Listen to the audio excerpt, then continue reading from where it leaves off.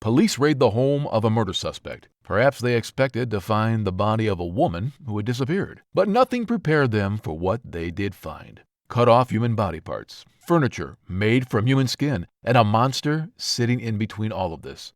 Have you ever wondered where filmmakers got the inspiration for movies like Leatherface? Turns out, human imagination could not have thought up what was caused by Ed Gein, the butcher of Plainfield. Again, let's start at the beginning. Ed Gein was a shy kid in school. Well, except when he creepily used to burst out in laughter due to his internal monologue. His school made his mother a suspect in the cause of his behavior. She used to punish him when he tried to make friends, and because of that, for the most part, his childhood was relatively solitary and lonely. Aside from penalizing and preventing his social life, his mother would confine Ed and his brother Henry to their farm. She would often preach to them that the world was inherently evil and that all women were subject to harassment. So is it really surprising that his murder spree began at home? Well, at 38, Ed and his brother were working in the fields of their home. They were burning away marsh vegetation, which is a common practice. However, the first fire got out of hand and the fire department had to be called. After the firefighters had left, Ed reported his brother missing. That night, his body was found, face down in the ashes.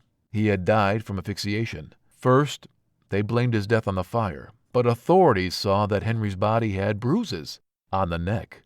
Naturally, Ed was made a prime suspect, but there wasn't sufficient evidence to prove his guilt, so the death was declared an accident. Experts today report that there is no way that Henry's death was not a murder. After his brother's death and his mother's a few years later, Ed renovated his farmhouse. However, rather than turn it into a more useful home for one, he boarded up every room that had been used by his overbearing mother and instead moved into a single bedroom near the kitchen. Remember the layout. He's going to bring in some human decorations soon. While the boarded-up parts remained pristine and clean, the rest of the rooms deteriorated because Ed didn't care about anything except finding new victims. The strange thing is, there was no suspicion linked to him at all for years, well, until his arrest, and that is one right of a story. While living alone on his farm, Ed became interested in people like him, that is, people from death cult magazines and cannibal adventure stories. However, he still kept to himself, which meant that no one paid attention to him at all. Then in November of 1957, a local hardware store owner disappeared. Bernice Warden had last been seen the previous night and had been reported missing after her hardware store remained closed all day.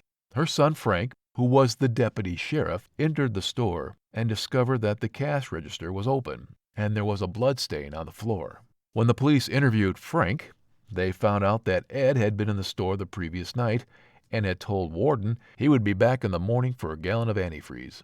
Of course, the police investigated this claim, and sure enough, they found out that the last sale made at the store by Bernice Warden was for a gallon of antifreeze, which meant that the police found out that the last person to interact with Bernice was Ed. Investigators headed over to his farm and arrested him. The evidence was enough to permit a thorough search of his house. The officers had been prepared to find Bernice Warden's body on the farm, but not for what they found at all. So what did they find at his house? While searching the house, authorities found what would later inspire horror movies such as Silence of the Lambs, Psycho, the Texas Chainsaw Massacre, and Leatherface. Ed's home was filled to the brink with human body parts. Turns out he was the Martha Stewart of serial killers. There were enormous piles of countless bones, both whole and fragmented, skull impaled on his bedpost, and bowls made from skulls. Actually, a lot of his kitchen utensils were made from human bones. Besides the obvious cruelty, it just didn't sound like it's sanitary, although we doubt a serial killer really cares about hygiene. But wait, the worst part is not here yet. There were household items in Ed's kitchen which were made from literal, actual human skin. Authorities found chairs upholstered in human skin, a large wastebasket made of skin, leggings from a human leg skin, masks made from faces, a pair of lips being used as a window shade drawstring, and a lampshade made from a human face. Stranger still, Ed was fond of waist training. No, we're not kidding. Officers also found a corset made of a female torso. Along with these disgusting skin items, police found various dismembered body parts, including fingernails, noses, and pelvic bones. Of course, the police got what they were originally looking for, Bernice Warden's body. Unfortunately, it wasn't in one piece. It wasn't even in two pieces. Her body had been decapitated. Her head had been hung in a burlap sack. Her heart was hanging by the stove in a plastic bag, again very unsanitary. Her actual body had been strung upside down and gutted from the inside, much like a deer. Police also found the remains of another woman named Mary Hogan, equally as dismembered. When he was questioned, Ed posed no defense and folded immediately. He told the authorities that he frequently visited graveyards to exhume bodies. He claimed that he had done so in a dazed-like state. Could be an excuse, of course.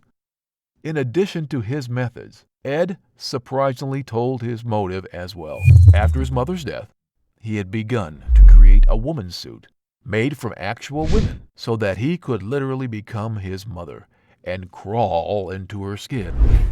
So even though there were parts of countless bodies found in his home, Ed was charged with only one count of murder, that of Bernice Warden's.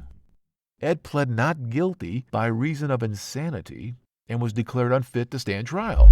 He was sent to the Central State Hospital for the criminally insane, where he was diagnosed with schizophrenia. So he wasn't faking, being in a daze while exhuming bodies after all. He was actually about to be retried once after the doctors believed that he could participate in the trial, but was given the mental insane card again.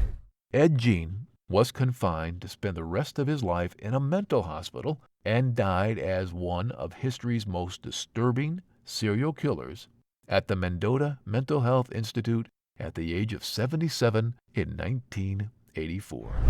Do you think Ed was actually schizophrenic, or was he faking it? Please comment below.